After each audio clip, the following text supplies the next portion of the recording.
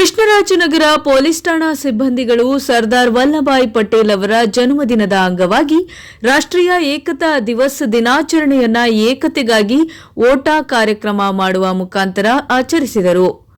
ಭಾರತ ದೇಶದ ಐಕ್ಯತೆ ಹಾಗೂ ಸಮಗ್ರತೆಯನ್ನ ಒಂದುಗೂಡಿಸಿದಂತಹ ಮಹಾನ್ ವ್ಯಕ್ತಿ ಸರ್ದಾರ್ ವಲ್ಲಭಾಯ್ ಪಟೇಲ್ ಅವರ ಹುಟ್ಟುಹಬ್ಬದ ಪ್ರಯುಕ್ತ ರಾಷ್ಟ್ರೀಯ ಏಕತಾ ದಿನವಾಗಿ ಆಚರಣೆ ಮಾಡಲಾಗುತ್ತದೆ ಎಂದು ಕೆಆರ್ ನಗರ ಪೊಲೀಸ್ ಠಾಣೆಯ ವೃತ್ತ ನಿರೀಕ್ಷಕ ಶಿವಪ್ರಕಾಶ್ ತಿಳಿಸಿದರು.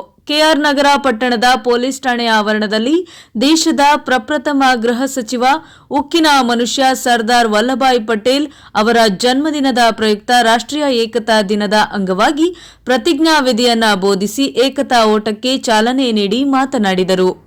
ಅವರು ಭಾರತದ ಸ್ವಾತಂತ್ರ್ಯದ ನಂತರ ಏಕೀಕರಣದ ಸಂದರ್ಭದಲ್ಲಿ ಇಡೀ ದೇಶ ಹರಿದು ಹಂಚಿ ಹೋಗಿದ್ದ ದೇಶವನ್ನ ಒಂದುಗೂಡಿಸಿ ಐಕ್ಯತೆ ಹಾಗೂ ಸಮಗ್ರತೆಯನ್ನ ಕಾಪಾಡಲು ಶ್ರಮಿಸಿದಂತಹ ಮಹಾನ್ ಚೇತನ ಸರ್ದಾರ್ ವಲ್ಲಭಾಯ್ ಪಟೇಲ್ ಎಂದು ವಿವರಿಸಿದರು.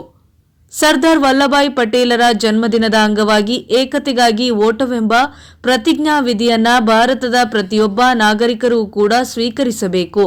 ಅವರ ಜನ್ಮದಿನದ ಅಂಗವಾಗಿ ರಾಷ್ಟ್ರೀಯ ಏಕತೆ ಮತ್ತು ಸಮಗ್ರತೆಯನ್ನ ಕಾಪಾಡಬೇಕು ಎಂದು ಕರೆ ನೀಡಿ ಪಟ್ಟಣದ ಹಾಸನ, ಮೈಸೂರು ಮುಖ್ಯ ರಸ್ತೆ ಸೇರಿದಂತೆ ವಿವಿಧ ಬೀದಿಗಳಲ್ಲಿ ಏಕತಾ ಓಟವನ್ನ ಮಾಡಲಾಯಿತು ಎಂದು ತಿಳಿಸಿದರು.